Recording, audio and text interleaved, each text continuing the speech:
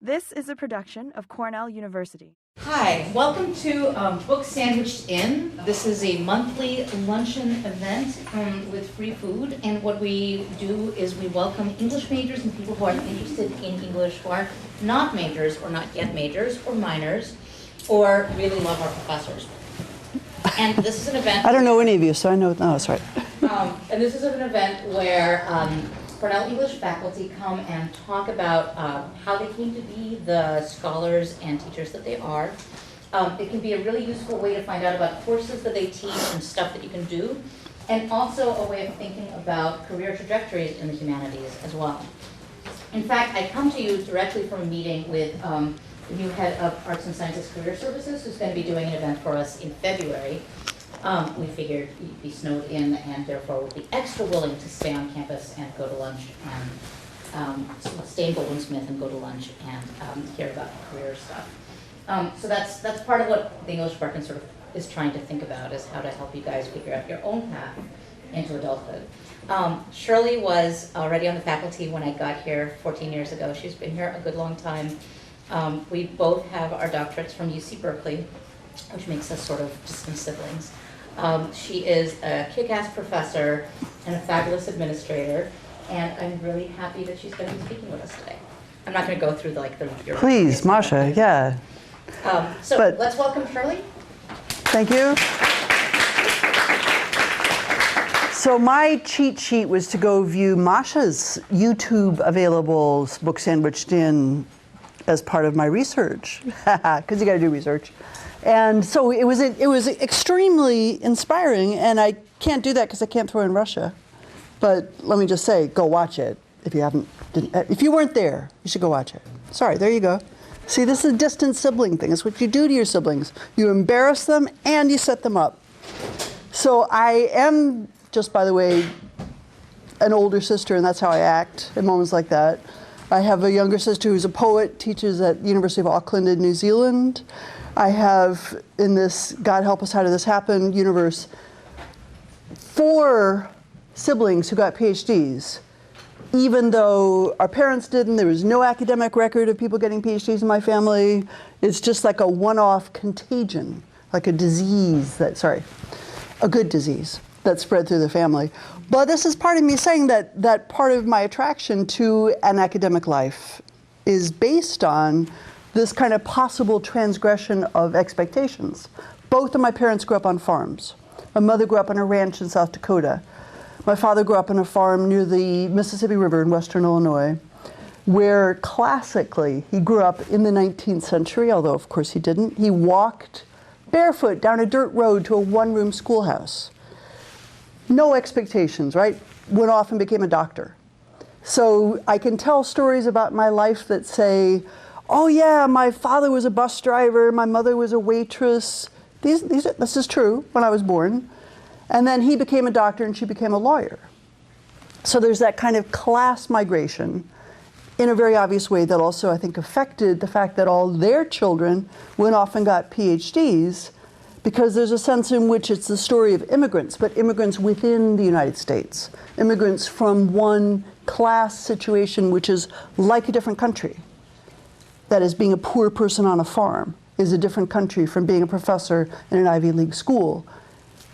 That migration is a migration that was strongly influenced by, of course, a kind of terrible work ethic, which it took me a long time to track my interest in the United States to this kind of Puritan ancestry, which I have, which is also a nutty side of my personality, that I both am intrigued by the kind of mythology of the founding of America, and people, I guess I only see one person here from my class, but people in my classes know that I also like to mock it. I like to mock the energy and the enthusiasm of what it takes to build a Christian nation, as well as the terrible dangers, which I really promise I am not going to talk about the current election. This is as far as I go. But the dangers of saying, no, my version of Christianity is the right one. And since I grew up in a family that was a kind of civic religion, the kind of people who went and marched on Washington with the Poor People's Campaign in the 1960s as part of a church-affiliated resistance, all of these things affected my attachment to ethics, to culture, and to, of course, working really hard to change your location, which I did. I ended up at the University of California at Berkeley. Again, you can't, I have a 17-year-old daughter. She's thinking about going to college. I can't ever say to her, do what I did. What I did was, when I wanted to go to college, I wanted to go to Berkeley, so I applied there. Really? And where else did you apply? No, I applied there. So that means, first of all, that I was poor, and it was a state school, and at the time it cost $200 a term to pay fees. I still had to survive, I had to work, and I worked my way through college. You more or less cannot advise that. I can't tell her. My mother said, well, why doesn't she just do what you did and, work her way through college? I don't think so. So I'm not telling you, oh, right, this is a path you could walk down. I'm saying part of the frustration, again, of the current election season is that you would like to say to people, yeah, you want an education, you could do it. It's incredibly hard, and I recognize that. I recognize that also because my savings are inadequate for the possible cost of my daughter's college education, and I know that. What inspired me in the beginning was art. I was an art student, and I started in college majoring in art and biology. I thought I would be possibly a medical illustrator. I didn't go much further than that. And in a certain way, those are still aspects of what I think about, which is to say visual culture and the relation between science and the larger culture. Then I studied psychology because I was kind of intrigued by how crazy everybody around me was. It's about that simple. And then I realized that all I spent my time doing really was reading and writing, and I became an English major. Not immediately. I changed my major several times. Once I became an English major, I thrived because it was really what I was spending my time doing. But I was still poor, so I went to work full-time before I went to graduate school, thinking, as many English majors do, maybe I should have a career in publishing. At the time, it wasn't as laughable as it is now. Publishing is very precarious.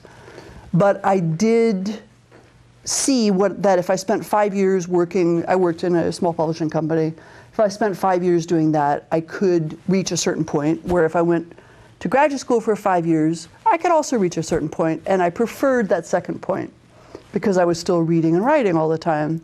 And even though I was working in a publishing company, I would come home and want to watch television and drink beer. Not that there's anything wrong with watching television and drinking beer, but it wasn't exactly where I saw myself.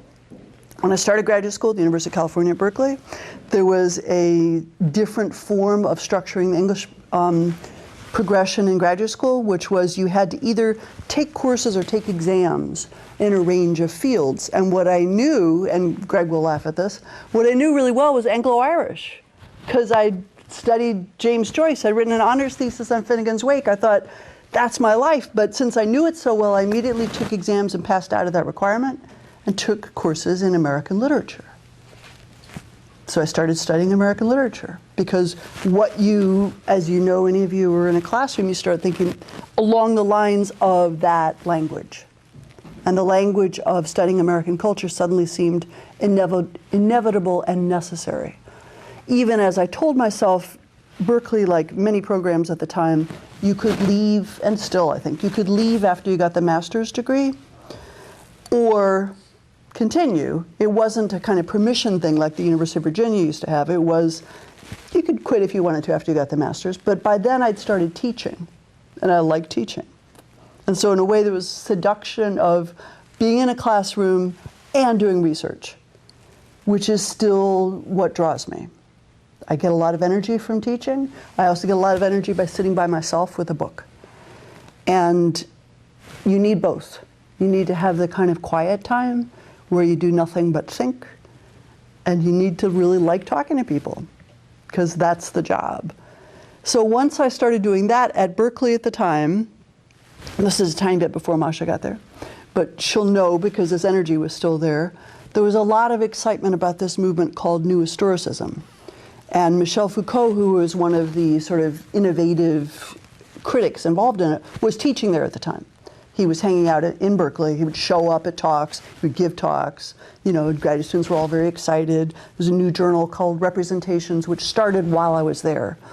And it brought together people working in concepts of history, literature. One of the Renaissance critics most associated with it, Stephen Greenblatt, now teaches at Harvard, but at the time he was teaching at Berkeley.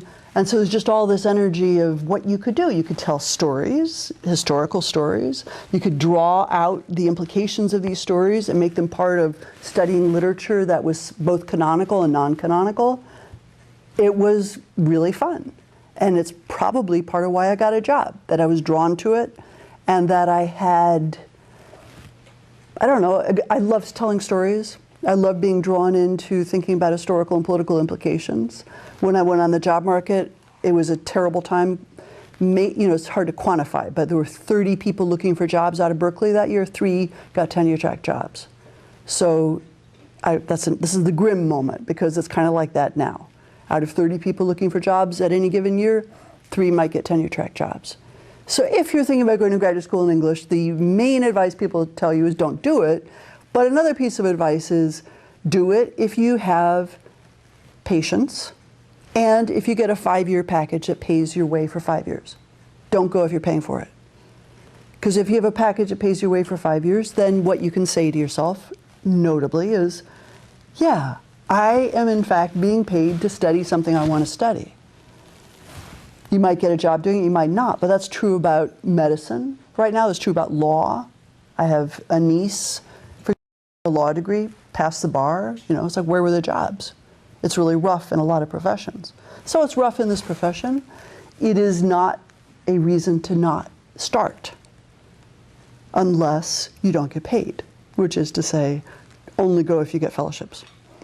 So my first job was at Princeton, which was a joke in so many ways, because I was the kind of person at Berkeley who, like all of the graduate students, wore black, but basically wore like black t-shirts and blue jeans and showed up casually to my classes. And I get to Princeton and people are dressed up a lot.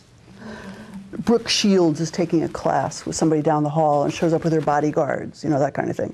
Okay, where am I? It's total culture shock. For me, coming to Cornell was a blessing because it brought together the privilege, which, let's face it, we were in a private school in the College of Arts and Sciences, the privilege of a private elite institution with the access of a state school. Because there are state colleges anomalously within this institution that allow an access that people can afford. And I like that, I endorse it, I believe in it. It doesn't always work. There's always some muddle of how you're going to get in, what's going to happen. But I've been really happy to be teaching here. And while I've been here, and this is the stack of books, which I'm not going to go through, I promise. While I've been here, I've been able to publish a range of books, work with some incredibly great students. And, for the most part, I'm not going to endorse all my colleagues, have some incredibly great colleagues too. I'm making fun of myself. I hope you understand that. And also risking dangerous questions. But there it is. So I have done a lot of work on cultures of the United States. Some of my books, like these 2, have been filed in history by the Library of Congress. They're like under E, which is a significant thing if you actually go to the physical shelf of libraries and look for books and you're looking for mine. So I have a book on iconography in the Civil War, which is part of how I got involved in visual culture as a topic that meant that I'm also a faculty member in history of art, and I was chair of that department for 6 years. So that represents a strong commitment that I have. The Cambridge Companion to Abraham Lincoln, which is, I'm happy to pass these around. And my feelings are not hurt if you just go like, whatever, it's okay. So the Cambridge Companion to Abraham Lincoln is notable because I asked people who had never written on Lincoln. I wanted to sort of shake things up a little bit and find people who were going to write about things like poetry and Abraham Lincoln or visual culture and Abraham Lincoln. The most accessible book that I have is probably the most recent, which is called Reading the American Novel. It's short. I deliberately, and believe me, this is like, you have to fight yourself if you're an academic to do this. I tried to make it possible to read this book. Not to say that I didn't want people to read my other books, but I really worked harder than ever to try to come up with a way of understanding my topic. So my earlier books are much more in academic language. Romances of the Republic, I do see somebody from my early American literature class here, so I'll go ahead and explain it just for you. It starts with, which I haven't done in class as much, but it starts with a relation to things like political cartoons and visual culture of the Revolutionary period, especially and notably this iconography on the front cover, which shows Britain as this beautifully dressed woman and America as a half-naked Indian woman who's trying to punch her in the face. She's saying, "Liberty, liberty forever, mother, while I exist." And her mother says, "I'll force you to obedience, you rebellious slut." So this is how they talked in the 18th century. You know, nobody talks this way now. Probably for a lot of people, what I was best known for was this edited collection called The Culture of Sentiment, which brings together an account, as the subtitle says, of race, gender, and sentimentality in 19th century America. It brings together historians, visual culture critics, and literary critics to think about the kind of problem of America as a problem of feeling. How do you, again, as Uncle Tom's Cabin has it, feel right? And then I have a book that I thought would be more accessible to people, but it's of course dense and long, A Companion to American Fiction, which I edited. It's in paperback. You can find it in the library. But if you're working on 19th century American fiction, I recommend it because, again, in editing, you try to draw together people with a range of opinions and backgrounds, and so it brings together obscure writers with famous people like Melville. So I recommend it if you want to have an overview of what's going on in 19th century American fiction. Now, in general, just for what it's worth, I talk fast, and I know, let me just say flat out, some of you came for food, that's okay. If you want more, go get more. But I also want to leave time for you to ask questions, so I can say more about any of the topics that I was introducing so rapidly, which is to say, how do you come up with a sense of purpose? How do you know you're doing the right thing? Can answer that one right away. You don't. You just do what you can. Any range of, I have been teaching for a long time. I've also done administration. I've also traveled a lot. So you could go into that, which is to say, this year I was on fellowship at the Huntington Library. Because I was in Southern California, it was easier to travel to places like Japan and China. So I gave lectures in Tokyo and in Beijing. Part of this is about trying to compare and think about the conditions of study, access to higher education, questions about the humanities. Let me just put that out there loudly. The first time I went to China, this wasn't the first time, but the first time I went to China, I also was in Korea at that time. There was a strong sense that the government wanted to support the humanities in universities hugely because it was a sign that they had arrived. Whereas coming back to the United States, it was like, no, you don't want to support the humanities because they're not serious enough. STEM disciplines are a sign that you've arrived.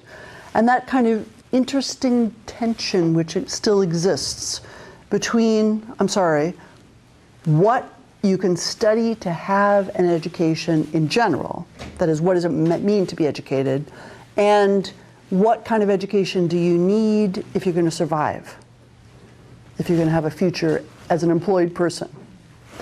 So that I'm just presenting that as a tension. I don't have an answer. I'm giving you possible questions and making it pretty clear that I will try to answer, but there's no perfect solution. So really, I'm just going to say that much and then invite questions.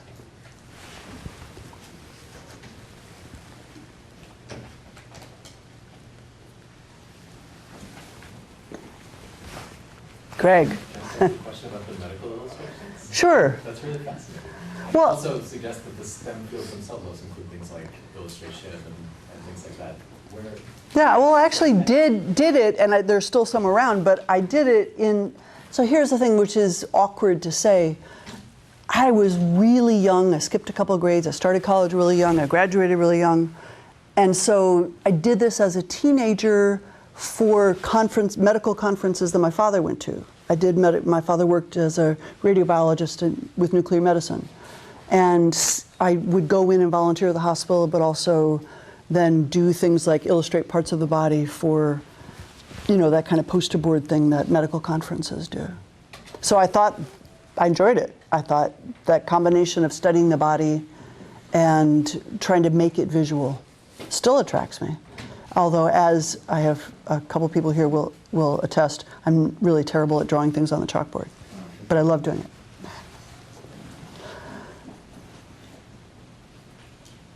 Yes? Well, I generally study 19th century British literature. Yes.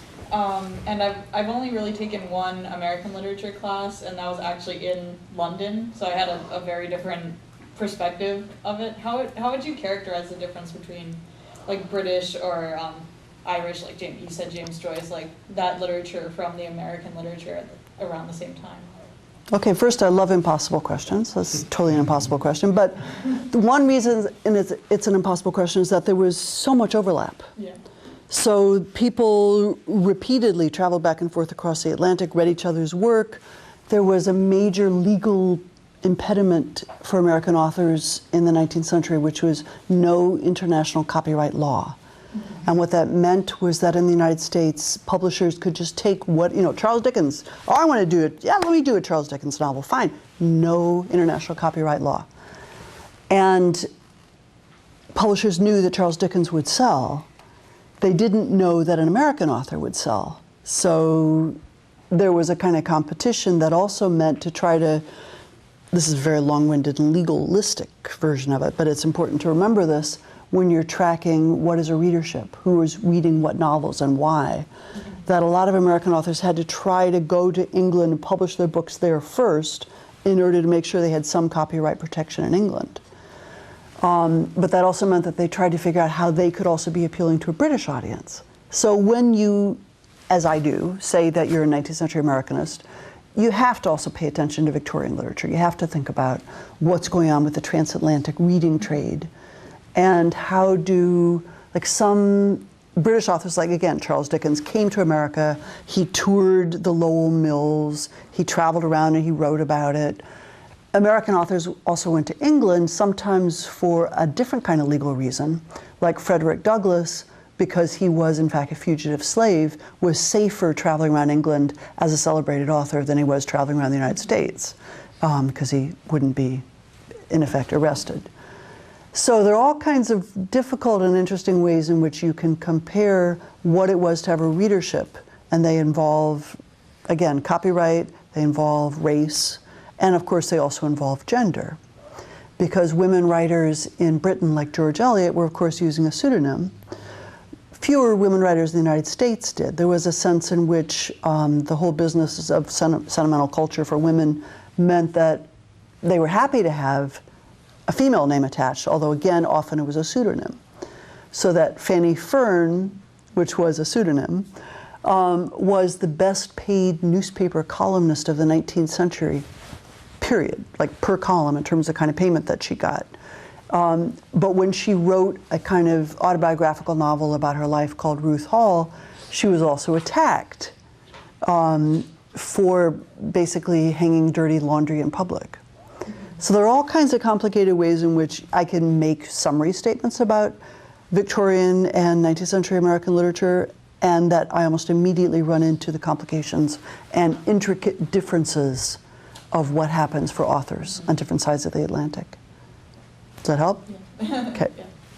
Yes? Can you comment on your experience with analyzing visual culture has Yeah. informed how you analyze text and vice versa? Another impossible question. Yeah, no, it's like, throw them at me. I'm good. I absolutely think so. It took me a long time. I mean, when I first started teaching at Cornell, there's this thing called a study leave, which you don't have to know about right now, but you teach for a couple of years when you first get here, and then they give you a semester that you're supposed to stay on campus, but you're not teaching. And the first thing I did was take a course, because I'd been so long and I missed it so much, in photography. Actually working on this thing that probably doesn't exist anymore, I'm joking because of digital photography, but darkroom work, working on different forms of developing and printing photographs. I thought at the time, this is really an indulgence. You know, this is just a throwback to my life as an artist. I'm just missing it so much. It was a kind of like emotional healing time to, and then I just started working on photography in the 19th century as a topic. So strongly yes, and at the same time you don't always, like, this is part of when people get the advice to follow your passions, and it's a kind of dangerous thing to do because it might be your passions are just meaning that you're in a dark room when you're supposed to be writing a book so you can get tenure. But it also can mean that you're opening up a side of your brain that you can make use of, which is now how I see it. It's kind of retrospective justification.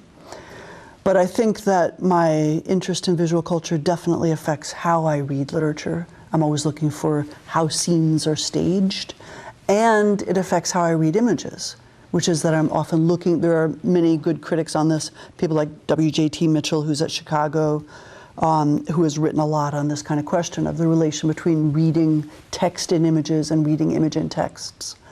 But I think that, yeah, yes is a short answer.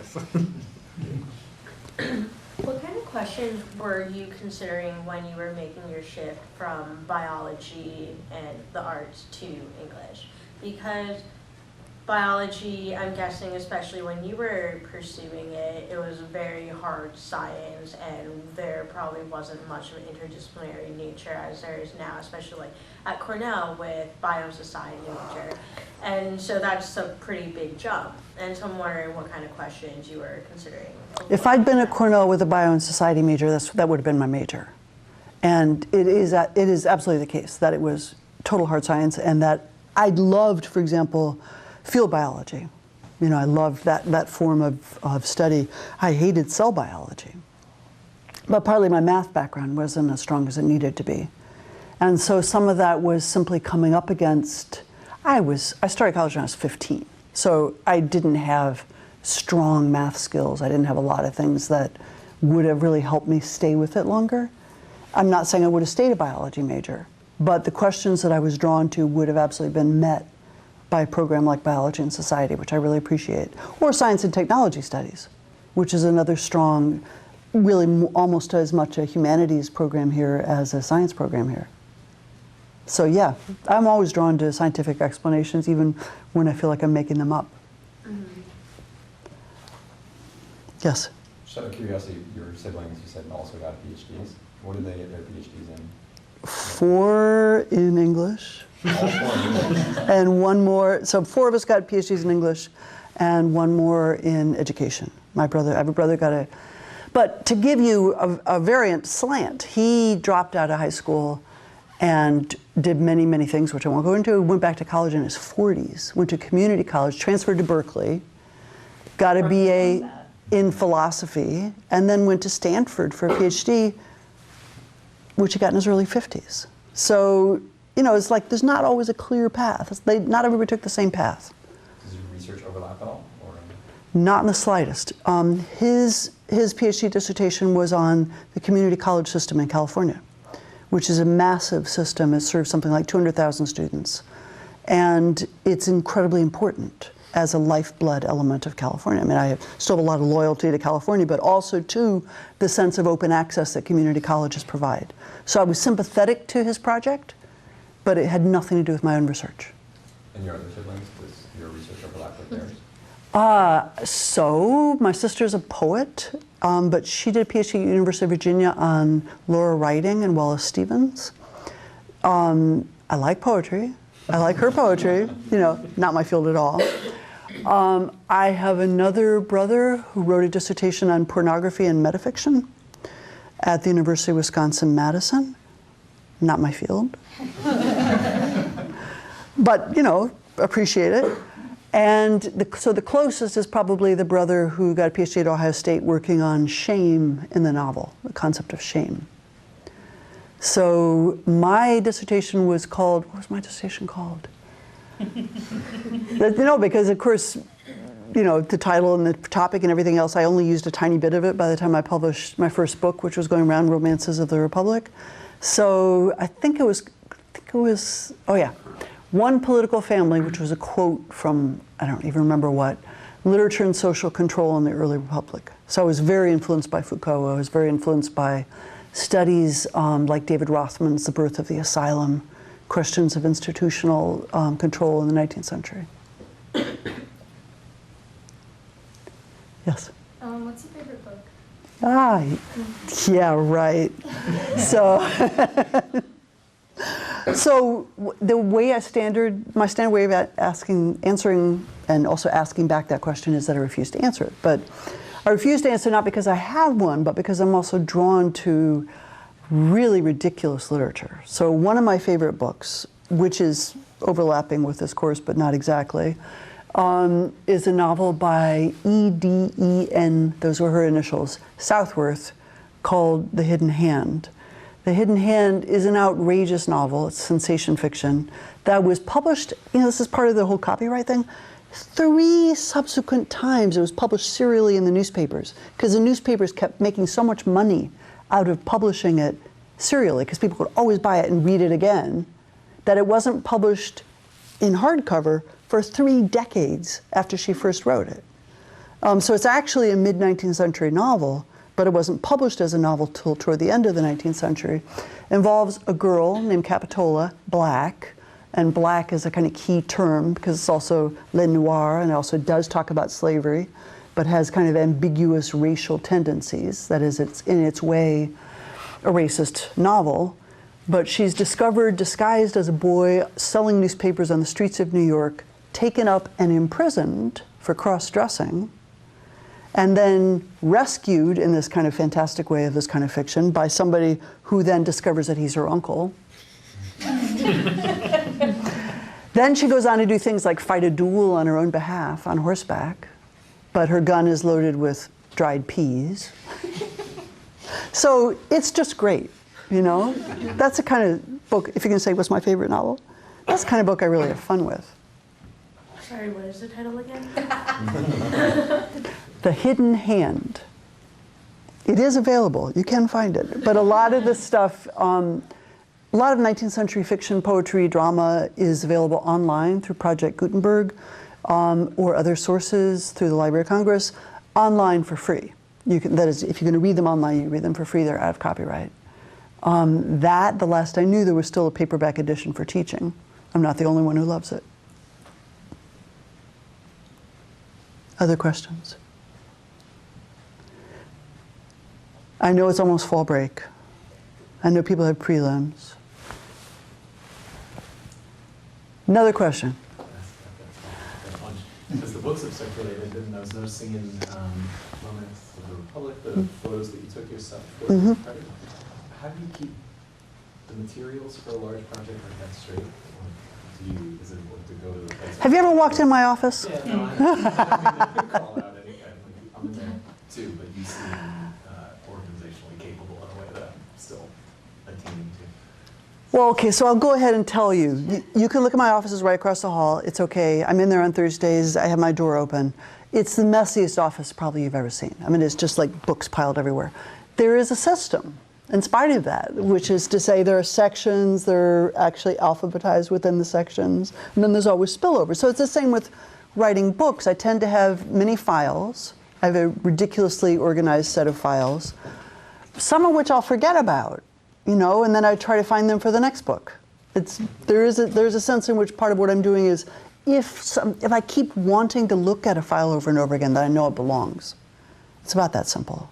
And with the terrible system of organization of books on my desk, it is about, I also have a visual imagination, and so I am unfortunately one of those people who needs things to be in plain sight so I can keep thinking about them.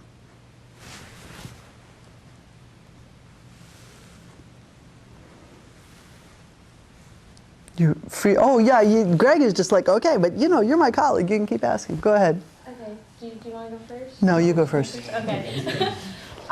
So you mentioned your interest in visual arts, but then and also in America as a whole. And so I'm wondering if you have any interest in maps, and if as you're looking or as you're reading literature, if there are maps layered in and how American literature incorporates that. First, I love maps, personally. Oh, awesome. But it's a whole visual, but it's probably just the whole visual imagination thing. I mean, I am somebody who's, like I've driven across the United States 8 times going different routes. And I've been to all the states, and I'm always interested in the difference that it makes physically, I'm sorry, in terms of just to be in a location and to have a sense of how the air smells different and the ground, the texture of the dirt is different and everything that grows there is different. That sort of is an obvious obsession. But the sense of mapping as a territorializing of national identity absorbs me, although it's not something I've written about. It absorbs me. There's, for example, a recent book by a woman who was a visitor here named Martha Schoolman called Abolitionist Geographies. So that sense of thinking about, and I'm sorry, here we go with the election again. We keep getting these maps of the United States as blue, red, undecided, this, that, the other. We keep getting told, this is your country, colored different colors. And there's a sense that throughout the 19th century, of course, the boundaries from Louisiana Purchase of 1803 forward, boundaries of what people thought was their country kept shifting. And a lot of what was going on during the Civil War, for example, was still territories and a debate about what territory could have what kinds of people in it. And the little detail that still absorbs me, for example, that Abraham Lincoln signed the Transcontinental Railroad Agreement during the war, so that the attempt was to reach California even as this North-South struggle was going on. What that means in general terms, in terms of my writing, is that I don't necessarily look, when I'm thinking about the Civil War, at where the battles were or try to map that, but I rather try to think about the larger scale, kind of big picture question about how did people identify with a country? People in the South with the Confederate States of America really thought they were defining their own country, and they wanted to map it as a country, and they wanted to have it as a place that they belonged to. People in the North, of course, wanted to keep redrawing that as a different kind of country. That was one United States. One of the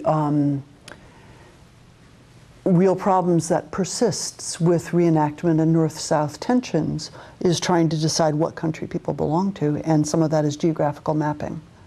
Does that answer? Maybe not, but okay. Yeah. Yes? Shirley, are you teaching in the spring? And if so, what are you teaching in the spring? So I'm teaching a first-year writing seminar that I don't imagine anybody in this room is going to go to. But I will say something about it, which is, it's a course I've done before called Performing Identity that I have deliberately set up as a challenge to teach drama in the past. But this year I'm an engaged fellow, which is part of Cornell's project of trying to do outreach to the community. And I've set up a project to do things with the Women's Opportunity Center and try to have students who will go off campus and do projects and writing projects that involve that, as well as what I've always had them do, which is to try to write a drama about their own sense of location and their own identity. In more conventional English department terms, I'm teaching a course on 19th century American novel. I don't know yet if I'll do The Hidden Hand. I have to think about it. But now I think I should. Yeah, I know. After all that, sounds like it would be necessary. I am planning to teach a course next year on, we'll see how this goes. I might repeat some of this, on women writers and artists in the 20th century, because that's another interest of mine. Yeah. What inspired your interest in sentiment? Like writing about the Just a sentimental girl, yeah.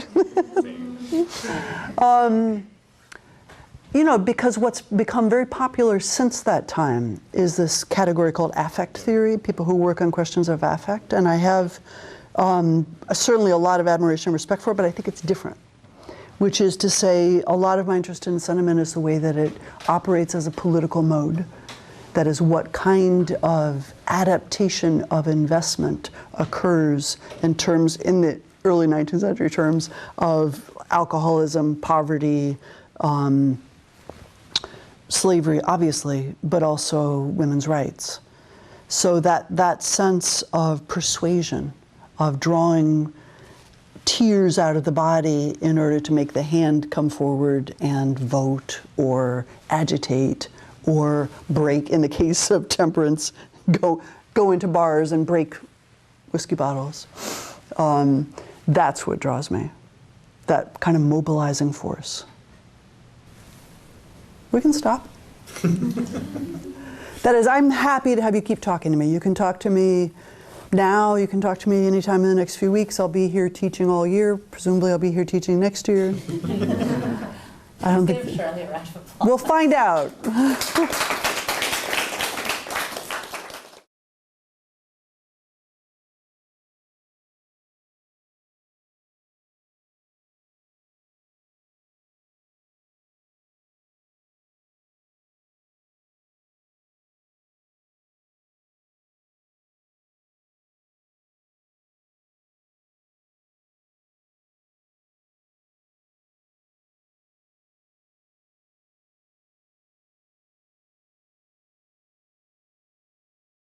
This has been a production of Cornell University, on the web at cornell.edu.